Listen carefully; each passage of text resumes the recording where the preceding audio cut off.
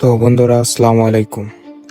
মাদ্রিদের প্রাণকেন্দ্রে অবস্থিত সোল পাড়াটি শহরের সবচেয়ে প্রতীকী স্থানগুলোর মধ্যে একটি। ইতিহাস, সংস্কৃতি এবং এক অনন্য পরিবেশে পরিপূর্ণ সোল মাদ্রিদের জীবনের কেন্দ্রবিন্দু। ইতিহাস, সংস্কৃতি এবং আধুনিকতার অন্যান্য মিশ্রণের কারণে সোল কেবল ভ্রমণের জায়গা নয়, বরং মাদ্রিদের আত্মার প্রকৃত প্রতিফলন। ঐতিহাসিক পুয়ের্তা দেল সোল।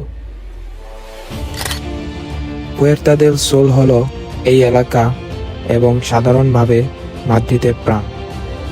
এর নাম এসেছে শহরের প্রাচীরের একটি প্রাচীন গেট থেকে, যা একসময় শহরকে ঘিরেছিল, যা মাদ্রিদের পূর্ব অংশে প্রবেশের সুযোগ করে দিত।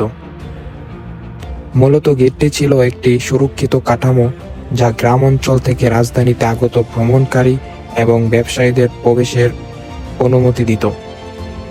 পুয়ের্তা দেল সোল অঞ্চলটি পঞ্চদশ শতাব্দীতে বিকশিত হতে শুরু করে, যখন মাদ্রিদে আইবেরিয়ান উপদ্বীপে শক্তি ও বাণিজ্যের কেন্দ্র হিসেবে তার অবস্থান সুসংহত করেছিল।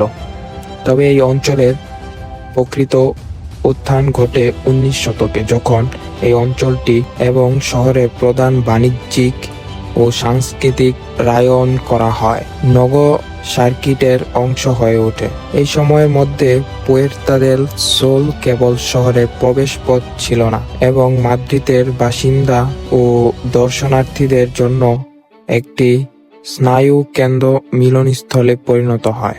আজ পুয়ের্তা দেল সোল স্পেনের কিলোমিটার শূন্য হিসাবে বিখ্যাত, যেখান থেকে দেশের সমস্ত দূরত্ব পরিমাপ করা হয়, যা আমাদের দেশের মধ্যবিন্দু বলা যেতে পারে।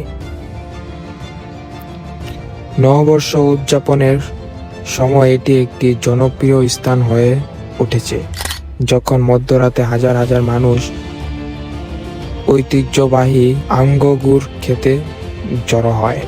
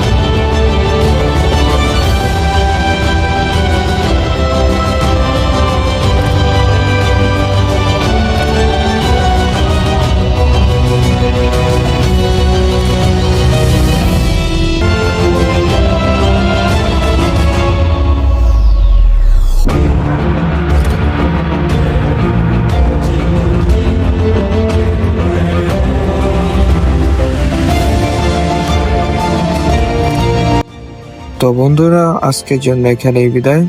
ভিডিওটি যে যেখান থেকে দেখছেন, ফেসবুক থেকে দেখলে আমার ফেসবুক পেজটিকে ফলো করে দিবেন, অবশ্যই চ্যানেলটি সাবস্ক্রাইব করে দিবেন, এবং কে কোথা থেকে ভিডিওটি দেখছেন অবশ্যই তা কমেন্টে জানিয়ে দেবেন।